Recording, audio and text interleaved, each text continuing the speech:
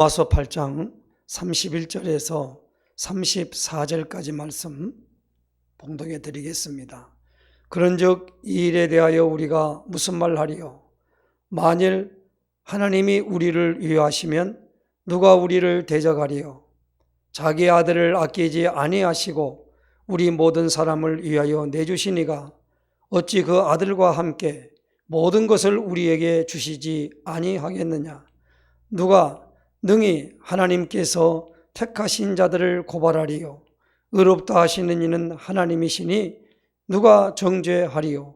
죽으실 뿐 아니라 다시 살아나신 이는 그리스도 예수시니 그는 하나님 우편에 계신 자요 우리를 위하여 간구하시는 자시니라. 아멘.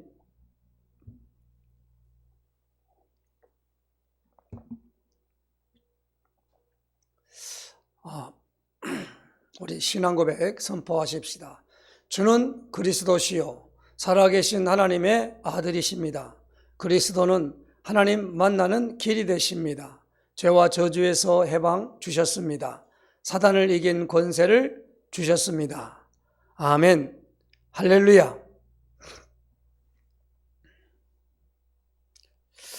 오늘 본문에 있는 31절과 34절의 제목은 오늘 34절에 있는 말씀이죠. 그는 하나님 우편에 계신 자요 우리를 위하여 간구하시는 자시니라. 예수 그리스도를 예수님이 그리스도시고, 오늘 34절에는 그리스도 예수시니 그랬어요. 예수님이 그리스도시고 그리스도이신 예수님.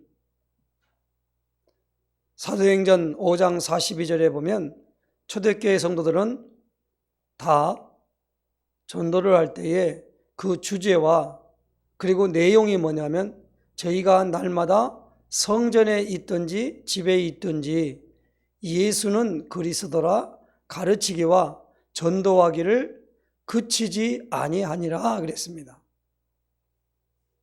그러니까 오늘 우리에게 가장 중요한 것이 뭡니까?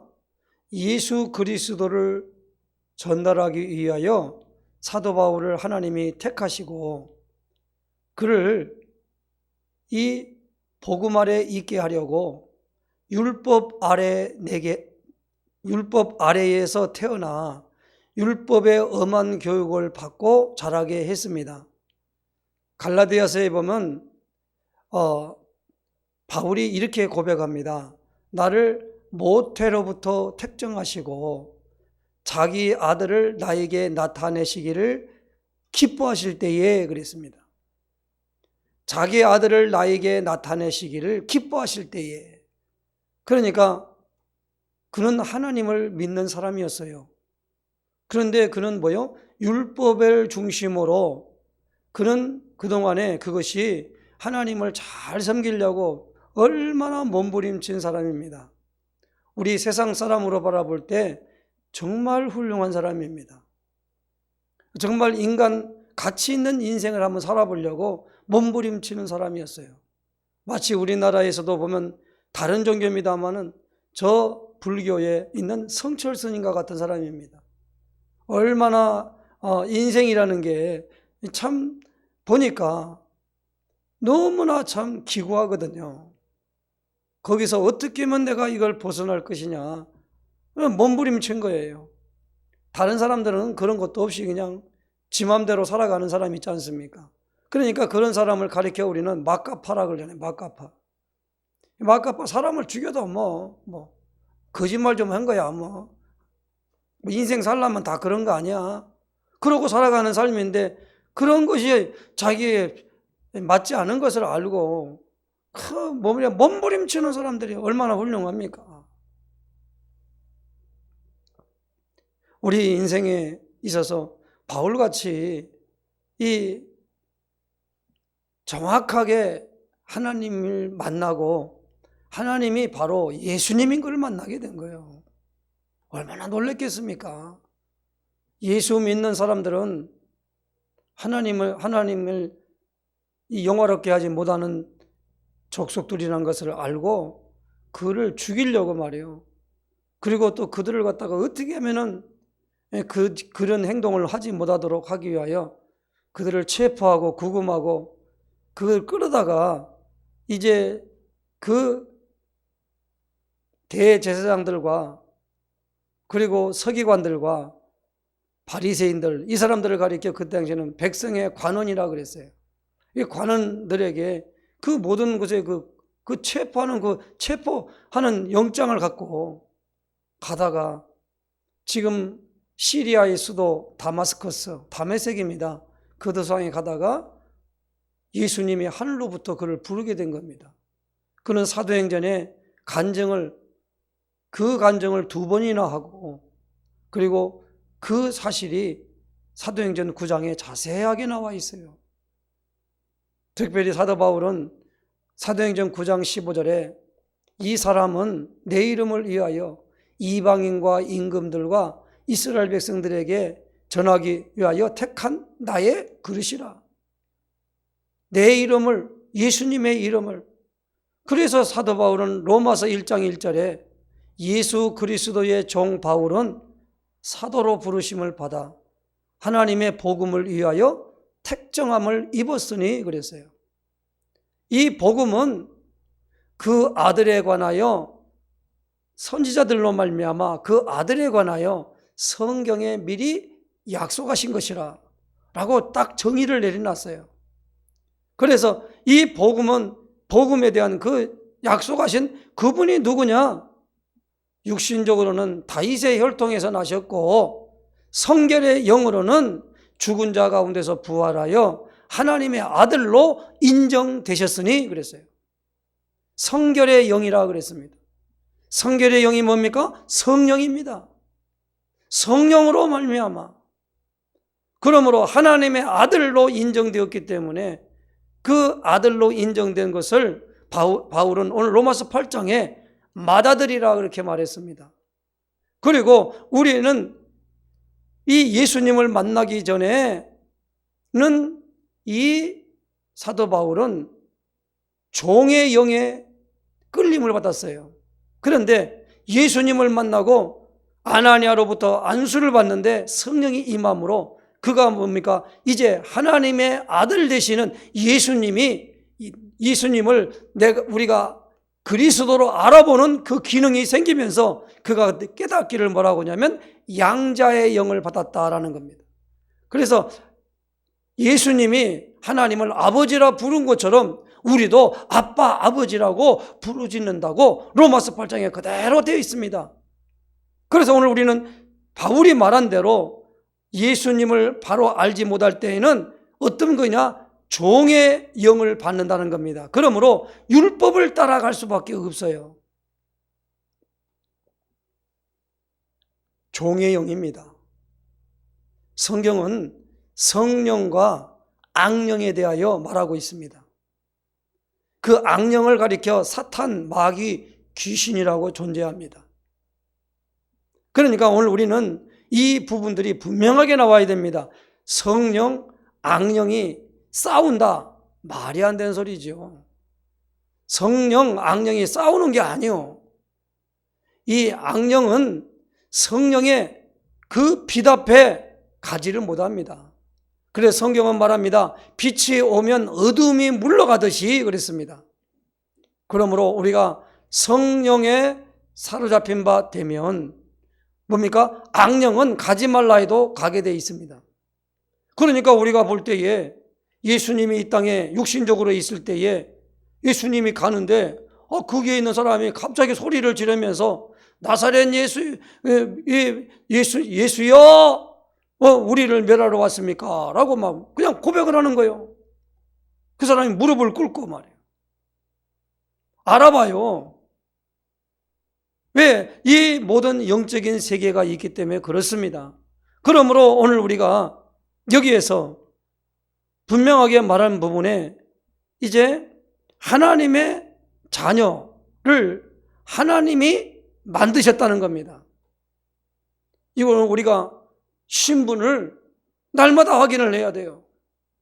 어떤 분은 요즘 유튜브가 하도 많다 보니까 그 유튜브에 여러 가지 영상을 올리는 중에 양신이 역사한다 그렇게 말을 해요. 악령이 역사하고 성령이 역사하고 막 이러면서 말하니까 악령이 뭔지 성령이 뭔지 모르는 사람은 그 말이 그런갑다라고 듣고 있는 거예요. 그냥 자기한테 확정이 내려지지 않는단 말이에요. 그런데 오늘 우리에게 이 하나님의 성령이 우리에게 임재하는 놀라운 걸 체험하려면 어떻게 해야 되느냐? 베드로의 공식을 따라야 됩니다. 사도행전 2장 38절 39절에 이렇게 말씀합니다. 너희가 회개하여 각각 예수 그리스도 이름으로 세례를 받고 죄사함을 받으라.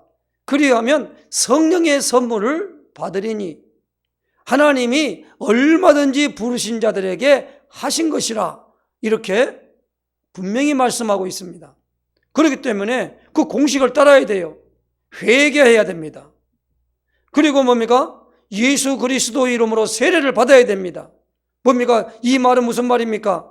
예수님이 말씀하시기를 나를 따라오려거든 자기를 부인하고 제 십자가를 지고 나를 좇을 것이니라. 그래서 그러므로 오늘 우리는 뭐요? 육신을 죽여야 돼요.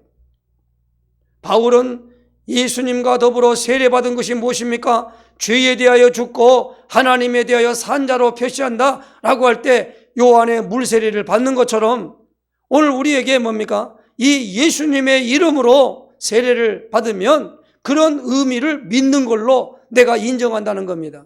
그러면 그때부터 뭐가 오느냐? 하나님으로부터 죄 용서함을 받는 인침을 받게 돼요. 그래야만이 성령이 오늘 우리에게 오신다는 거예요. 비로소 그때야 뭡니까?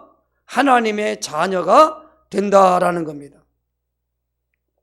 그래서 요한복음 1장 12절에 11절에 그랬지요. 자기 땅에 오매 자기 백성이 영접지 아니하였으나 영접하는 자 곧 그 이름을 믿는 자들에게는 하나님의 자녀가 되는 권세를 주셨으니.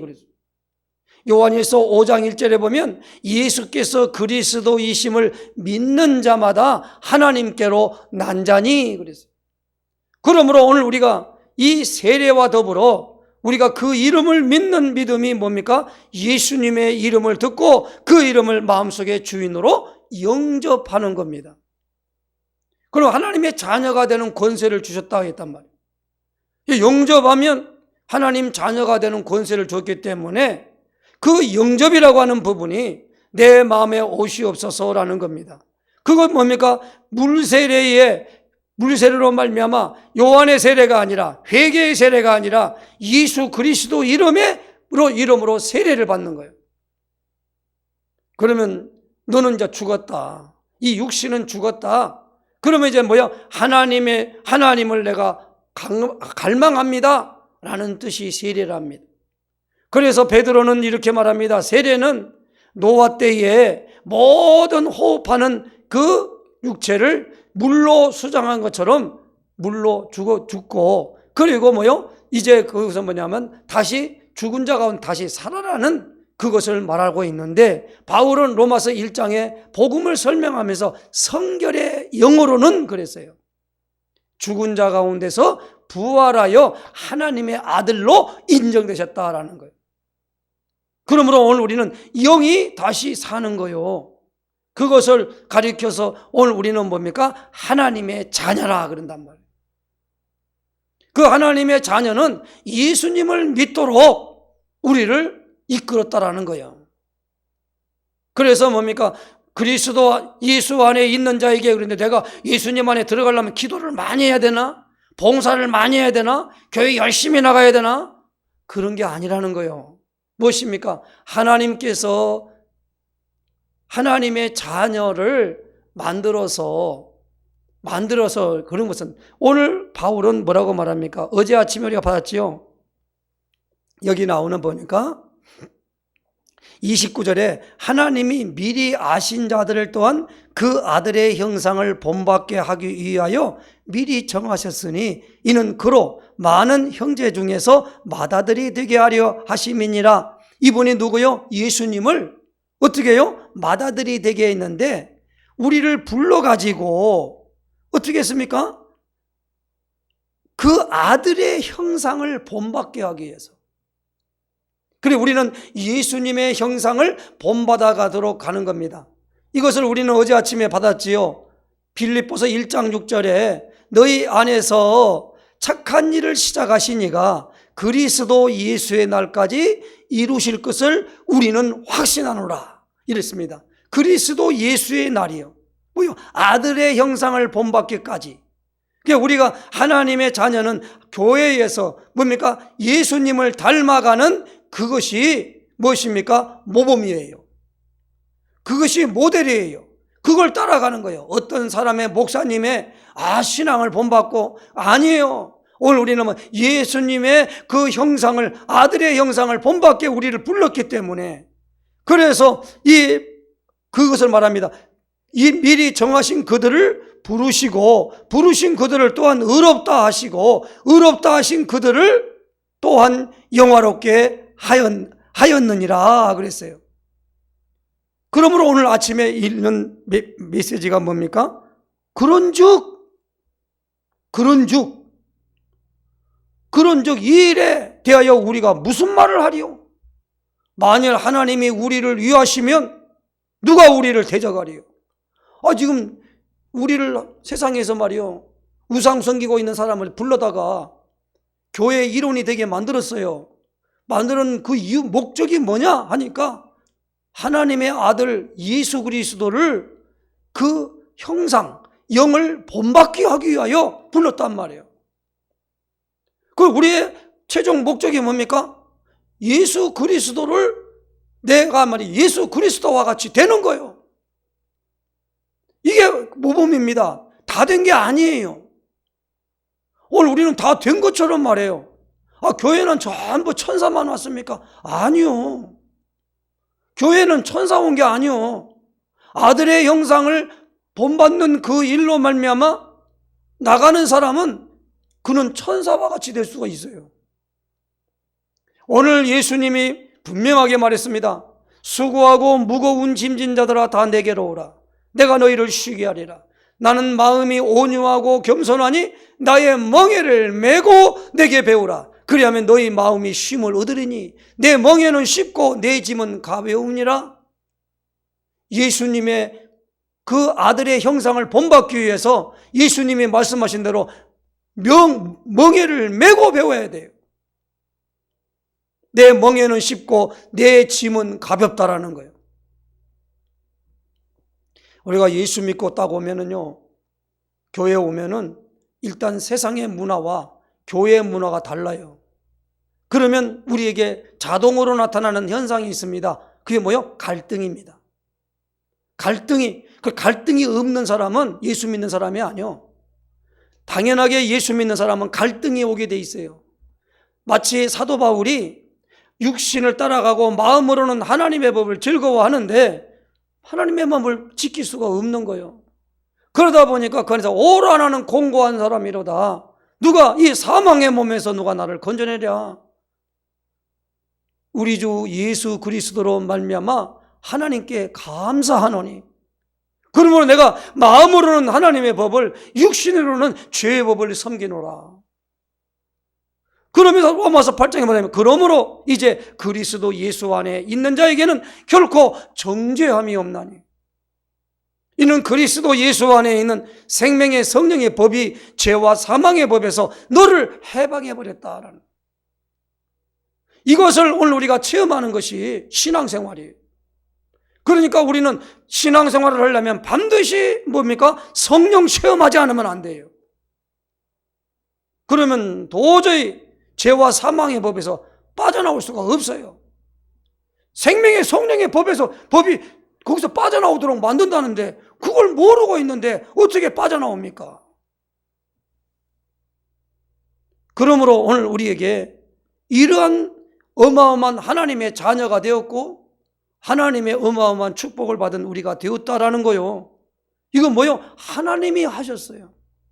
그러므로 이 하나님이 이렇게 만들어 놓은 그 사람들을 바울은 오늘 30일은 자기 아들을 아끼지 아니하시고 우리 모든 사람을 위하여 내주시니가 어찌 그 아들과 함께 모든 것을 우리에게 주시지 않겠느냐? 개역성경은 은사로 주지 않겠느냐? 그렇게 말했어요. 근데 모든 것을 주지 않겠느냐 그러니까 좀 두리뭉실한데, 이 말을 할 때 예수님이 그랬잖아요. 누가 아들이 떡을 달라면 돌을 주며 생선을 달라는데 뱀을 줄 자가 있겠느냐? 너희가 악한 자라도 자식에게는 좋은 것을 줄 줄 알거든. 하물며 하늘에 계신 너희 하늘 아버지께서 구하는 자에게 좋은 걸 주시지 않겠느냐? 바울은 오늘 여기서 이렇게 말합니다. 자기 아들을 아끼지 아니하시고 우리 모든 사람을 위하여 내주시니가 어찌 그 아들과 함께 모든 것을 우리에게 주시지 않겠느냐? 아들의 영상을 본받게 하기 때문에 아들의 영상을 본받으려면 예수님이 누군가를 알아야 될 거 아닙니까? 그래서 자동으로 예수를 알도록 하나님이 성령으로 우리를 이끈단 말이에요. 참 너무나 나는 이 진리를 깨닫고 요즘은요 얼마나 행복한지 몰라요. 이 메시지를 하니까 깨달아지더라고요. 지금 내가 노트에 적어가지고 온 게 아닙니다. 묵상한 걸 지금 말씀하고 있는 거예요. 그러면서 확증을 합니다. 33절이면 누가 능히 하나님께 택하신 자들을 고발하리요? 의롭다 하신 이는 하나님이시니 누가 정죄하리요? 그래서 구원파 가만히 들어놓고 언제 거듭났냐 물어봐가지고 그 말하는 구원파 있잖아요. 구원이 내가 언제 받았냐라고 감별해주는, 그래서 그걸 틀렸다고 그런 거예요. 그 사람들이 뭐 이렇쿵 저렇쿵 하는 게 아니라 구원파에 대하여 그래서 잘못했다고 그러는 겁니다. 감히 그런 사람들이 있을 때, 아니 우리가 어떻게 하면 저 신천지 말하면 아이 신천지가 잘못됐어 이단이야, 그 말을 어떻게 하겠냐고. 우리가 그 신천지 이단 그 이만희 따라가는 사람들도 가서 말 들어봐요. 얼마나 확신인지 몰라요. 아무리 우리가 이 말 하더라도 이 말 안 들어요. 그걸 딱 답을 갖고 있어요. 답을 갖고 있는 사람은 가서 논쟁해가지고는 안 돼요. 서로 간에 막 답답하다 그래. 답답하다는 게 뭡니까? 이쪽도 답을 내리고 있고 이쪽 답을 내리고 있으면 서로 충돌을 해요. 그러니까 서로 말할 때 답답하다 그런다. 그러나 답답하게 안 하려면 뭐냐면, 나는 이렇게 생각하는데 당신은 이것을 어떻게 생각하세요? 이래야만이 답답하지 않다는, 소통이 된다는 거예요. 나 그 말이 맞다고 봅니다. 우리가 보면 이렇게 뭡니까? 하나님이 택하신 자를 뭡니까? 누가 고발하냐 이 말이에요.